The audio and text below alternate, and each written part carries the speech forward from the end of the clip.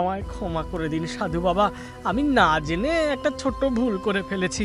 আসলে আমি খুব চিন্তায় আছি জানেন তো, যদি এই রকমই চলতে থাকে তাহলে কলসি দড়ি দিয়ে আমায় ডুবে মরতে হবে। ছি ছি ছি ছি ছি ছি, আত্মহত্যা মহাপাপ। এই সব কথা ভাবতেও নেই রে মূর্খ। তাহলে আপনি বলেন আমি কি করব? একদিকে ঘরে লক্ষ্মীর ভাঁড়টাও খালি, ওইদিকে রোজ দুবেলা নায়েব পেয়াদা পাঠায়, আজ বলেছে আমার ভিটেটাও দখল করবে।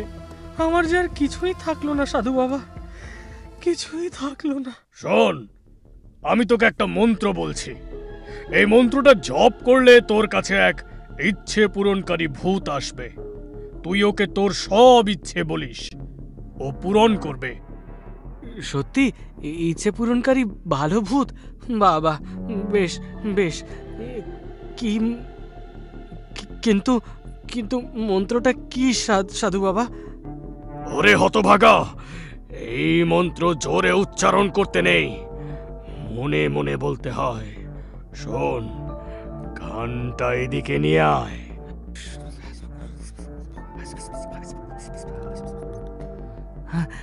আপনাকে আপনাকে অনেক ধন্যবাদ সাধু বাবা, এবার আমি আসি। যা যা বেটা যা। বাহ বাহ বাহ বাহ, বেশ বেশ। ইচ্ছে পূরণকারী ভূত, এটা তো বেশ। আচ্ছা, মন্ত্রটা কি যেন বললো সাধু বাবা? যা, ভুলে গেলাম মনে হচ্ছে। ওম ভালো ভূতায় নমঃ, ওম ভালো ভূতায় নমঃ, ওম ভালো ভূতায় নমঃ। হ্যাঁ হ্যাঁ, এটাই হবে। ঠিক ঠিক মনে পড়েছে। যাই, একটা ভালো জায়গা দেখে ধ্যানে বসি আর ভালো ভূতকে ডাকি।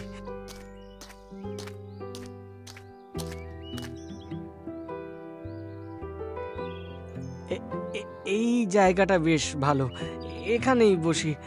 দেখি মন্ত্র পাঠ করলে সত্যি সত্যি কোনো ভালো ভূতের দেখা মেলে কিনা। মনে তো হয় না এরকম কিছু হবে, তাও চেষ্টা করতে দোষ কি। ওম ভালো ভূতায় নমঃ, ওম ভালো ভূতায় নমঃ, ওম ভালো ভূতায় নমঃ। কি সাংঘাতিক, এ তো সত্যিকারের ভূত। আমায় ডাকলে কেন তুমি? আরে আমি কি চাই বুঝেছি যে তুমি সত্যি সত্যি এসে হাজির হবে। যদি বুঝতাম তাহলে কি প্রাণের মায়া ছেড়ে তোমায় ডাকতাম। এবার আমি এসে গেছি যখন, তোমায় কিছু না কিছু বলতেই হবে। আমি তো আর এমনি এমনি যাব না। না, আমায় ভয় পেলে হবে না। সাধু বাবা তো বলেছে ও আমার ইচ্ছে পূরণ করবে। এই যে ভূত, শোনো, আজ থেকে তুমি আমার সব ইচ্ছে পূরণ করবে, বুঝেছো? বেশ বেশ, তাই হবে। আজ থেকে তুমি আমার নতুন মালিক, কিন্তু আমাকে সব সময় কাজ দিতে হবে। আমায় বসিয়ে রাখলে হবে না। আমার আগের মালিককে আমি গলা টিপে মেরে ফেলেছিলাম, আমায় কাজ দিত না বলে। কি সাংঘাতিক কথা রে বাবা। তাহলে বলো, এখন আমি কি করব? আরে না না, কি বোকার পাল্লায় পড়লাম রে বাবা। দাঁড়াও দাঁড়াও, তুমি একটা কাজ করো। তুমি আমার সামনে অনেক অনেক ভালো ভালো খাবার নিয়ে আসো। আচ্ছা বেশ, তাই হবে।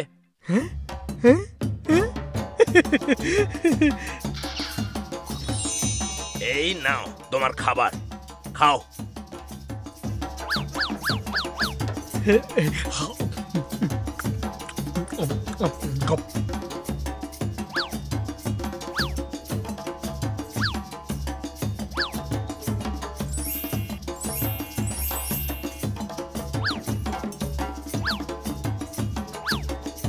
তুমি তো খাচ্ছ, তাহলে আমি এবার কি করব? ও হ্যাঁ হ্যাঁ হ্যাঁ, তোমায় তো আবার কাজ দিতে হবে। তুমি বরং আমায় হাওয়া করো, বুঝলে? হাওয়া করো। আচ্ছা ঠিক আছে।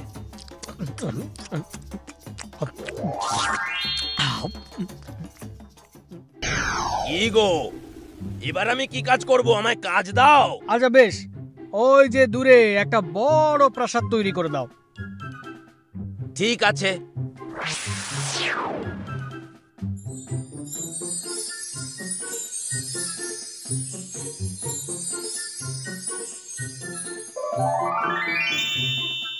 বাপরে বাপ, তো চোখের পলক ফেলতে না ফেলতেই কাজ শেষ। কত বড় প্রাসাদ! এই বিশাল প্রাসাদের মালিক আমি। কেমন হয়েছে বলো? হ্যাঁ? এ খুব খুব খুব ভালো হয়েছে, খুব ভালো হয়েছে। আচ্ছা, এবার আমি কি করব বলো? উফ, বড্ড জ্বালাও তো। আরে তুমি কি হাঁপিয়ে যাও না নাকি? তোমার কি বিশ্রাম নিতেও ইচ্ছে করে না? কি? আমায় তুমি বিশ্রাম নিতে বলছো? তোমায় আমি বলেছিলাম না, যদি তুমি আমায় কাজ না দাও আমি তোমার ঘাড় মটকে দেব। ওরে বাবা রে, না না না না, থামো থামো। তোমার জন্য একটা ভালো কাজ মনে পড়ে গেছে। কি কাজ শুনি? তুমি প্রাসাদ তো বানালে, কিন্তু প্রাসাদে কি আমি এই সাদা মাটা জামা পরে ঘুরবো নাকি? আমার ভালো ভালো দামি পোশাকের ব্যবস্থা করো দেখিনি। সে আর এমন কি কাজ, এক্ষুনি করে দিচ্ছে। এই নাও, হয়ে গেছে। এবার পরের কাজ বলো। হ্যাঁ? উফ, এই তো দেখছি আমায় এক দণ্ড তিষ্ঠতেও দেবে না। কি? তুমি আমাকে কাজ দেবে নাকি আমি তোমার ঘাড় মটকাবো? আরে না না, চলো তো, আগে প্রাসাদটা ঘুরিয়ে দেখাবে। চলো চলো। এবার আমি একটু ঘুমোবো, বুঝলে? তাহলে আমি কি করব? উফ, আপদ কোথাকার! আমি যতক্ষণ ঘুমোবো আমায় হাওয়া করবে, এটাই তোমার কাজ। আচ্ছা, তাই হবে।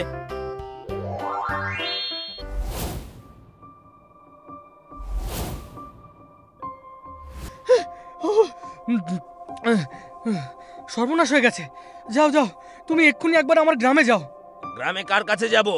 আহা, গ্রামের শেষ প্রান্তে একটা ছোট্ট কুঁড়ে ঘর আছে, সেই ঘরটা আমার। সেই ঘরে আমার বউ থাকে।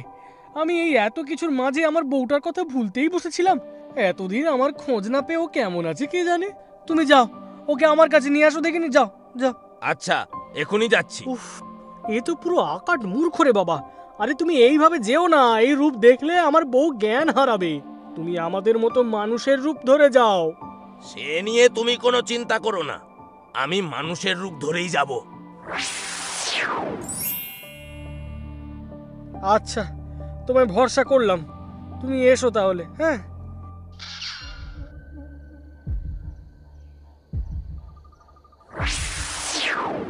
বেনাম হয়ে গিন্নিমা, বাবু আপনাকে আমার সাথে যেতে বলেছেন। উমা, তুমি কে গো? এই গ্রামে তো তোমায় আগে কখনো দেখিনি। আমি কি এখানে থাকি নাকি যে আপনি আমায় আগে দেখবেন? তা তুমি থাকো কোথায়? এখানে কোত্থেকে উদয় হলে গো? আর তোমার ওই বাবুটাই বা কে? আরে গিন্নিমা, বাবু নতুন বাড়ি করেছেন তো, সেখানেই আপনাকে নিয়ে আসতে বললেন। যাদের দুবেলা দুমুঠো ভাত জোটে না, তাদের আবার নতুন বাড়ি, কত শখ। না না গিন্নিমা, এসব সত্যি। আপনি একবার গিয়ে নিজের চোখেই দেখুন না। আচ্ছা, আপদের পাল্লায় পড়লাম তো। গিন্নিমা, আপনার স্বামী মন্ত্র বলে বড়লোক হয়েছেন, নতুন বাড়ি বানিয়েছেন। আমি তার চাকর, তাই আমাকে দিয়ে আপনাকে ডাক পাঠিয়েছেন। ও মা, তাই? ও বেঁচে আছে? আমি তো ভাবলাম সেদিন হয়তো জঙ্গলের রাস্তায় ওকে বাঘে খেয়েছে, তাই ওর আর কোনো খবর পাইনি। যাক বাবা, চলো চলো, আমায় ওর কাছে নিয়ে চলো তো।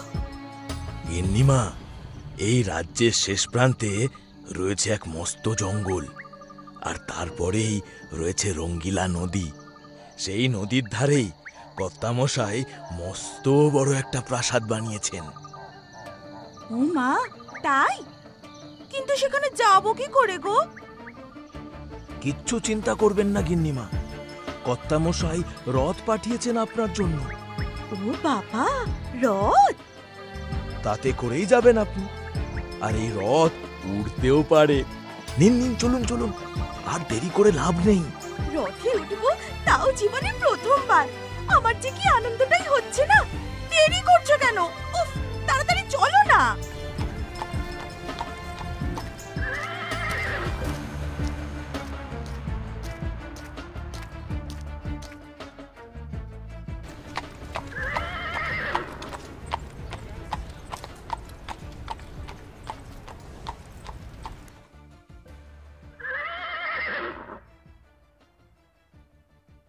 আরে তোমরা এসে গেছো, আমার যে কি আনন্দ হচ্ছে না। হ্যাঁ গো, এত বড় বাড়িটা কার? তুমি কার বাড়িতে আছো? হ্যাঁ, বউ, এই বাড়িটা আমাদের, আমি মালিক আর তুই মালকিন। কি যে বলো না তুমি, তুমি কি স্বপ্ন দেখছো নাকি? আরে না না, স্বপ্ন নয়, সত্যি সত্যি। আগে ঘটনাটা শোন। ওই কে রে তুই হতভাগা? আমার ধ্যান বৃক্ষের নিচে বসে ঘুমোচ্ছিস? আপনি কে সাধু বাবা? আর আপনি আমার উপর এত রেগে যাচ্ছেন কেন? মহাপাপী মানুষ, তুই জানিস তুই কত বড় অন্যায় করেছিস? অন্যায়? কিন্তু আমি তো শুধু পান্তা খেয়ে ঘুম পাচ্ছিল বলে এই গাছের ছায়ায় বসে একটু বিশ্রাম নিচ্ছিলাম। তুই যে জায়গায় বসেছিস সেটা যে সে জায়গা নয় রে পাপী, এটা আমার মহামৃত্যুঞ্জয় ধ্যান করার আসন। আমায় ক্ষমা করে দিন সাধু বাবা, আসলে আমি খুব চিন্তায় আছি জানেন তো। যদি এই রকমই চলতে থাকে তাহলে কলসি দড়ি দিয়ে আমায় ডুবে মরতে হবে। শোন, আমি তোকে একটা মন্ত্র বলছি। এই মন্ত্রটা জপ করলে তোর কাছে এক ইচ্ছে পূরণকারী ভূত আসবে। তুই ওকে তোর সব ইচ্ছে বলিস, ও পূরণ করবে। মন্ত্রটা কি সাধু বাবা? ওম ভালো ভূতায় নমঃ। আমায় ডাকলে কেন তুমি? এই যে ভূত, শোনো, আজ থেকে তুমি আমার সব ইচ্ছে পূরণ করবে, বুঝেছো? আজ থেকে তুমি আমার নতুন মালিক, কিন্তু আমাকে সব সময় কাজ দিতে হবে। আমায় বসিয়ে রাখলে হবে না। আমার আগের মালিককে আমি গলা টিপে মেরে ফেলেছিলাম আমায় কাজ দিত না বলে। ওই যে দূরে একটা বড় প্রাসাদ তৈরি করে দাও। ঠিক আছে।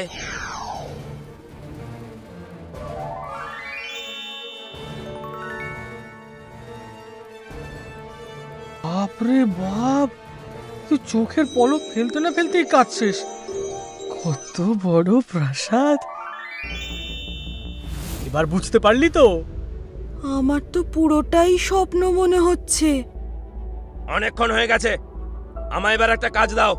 আরে দিচ্ছি দিচ্ছি, যাও আমার বউয়ের জন্য আমার মতো দামি পোশাক নিয়ে এসো।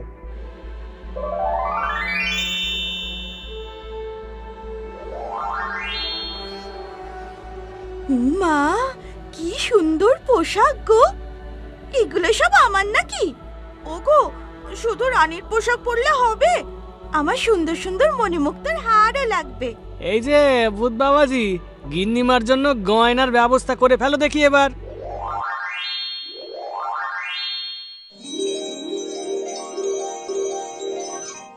আমি এবার কি করব? কাজ দাও, কাজ দাও। আমাকে বসিয়ে রাখছো কেন? আরে এরকম রেগে যাচ্ছ কেন? কথায় কথায় এরকম ধমক দিলে হয় নাকি? ভয় লাগে না? তুমি একটা কাজ করো, এই জঙ্গলে সব গাছের পাতা গুনে আসো, যাও। আচ্ছা, আমি এখনই যাচ্ছি। ও বউ, এই দেখ কেমন জ্বালায় আমি জ্বলছি। তুই একটা উপায় কর দেখি আমার পিছু ছাড়া ওই ভূতের থেকে। সবই তো বুঝলাম, দাঁড়াও, ও বেটা এবার ফিরুক, তারপর তুমি ওকে এই কাজটা দিও। কানটা এদিকে আনো দেখি।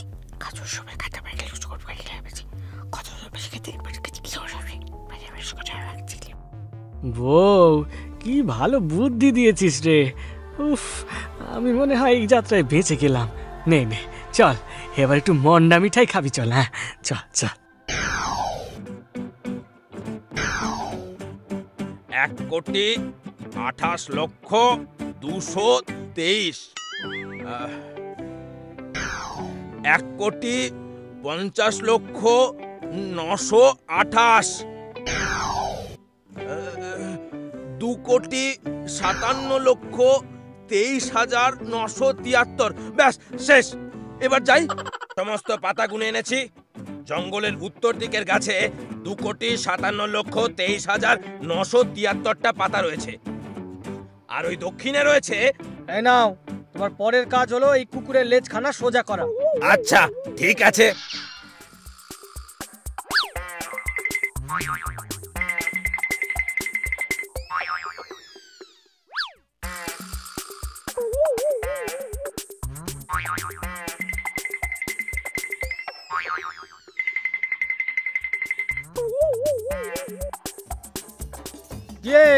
তুমি তো হাঁপিয়ে গেলে দেখছি।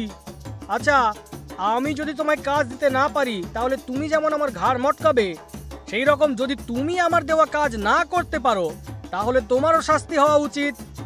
হ্যাঁ, অবশ্যই। আপনি আমাকে যা শাস্তি দেবেন আমি মাথা পেতে নেব। শাস্তি? বেশ বেশ। তোমার শাস্তি হলো তুমি যেখান থেকে এসেছো সেখানেই ফিরে যাও। যথাজ্ঞা প্রভু। তারপর থেকে রাম আর কোনোদিন ভূতের ভয় পায়নি। রাম আর তার বউ মহানন্দে জীবন কাটাতে থাকে। টাকা পয়সা, সোনা দানা, কোনো কিছুরই আর কোনো দিন অভাব হয়নি ওদের।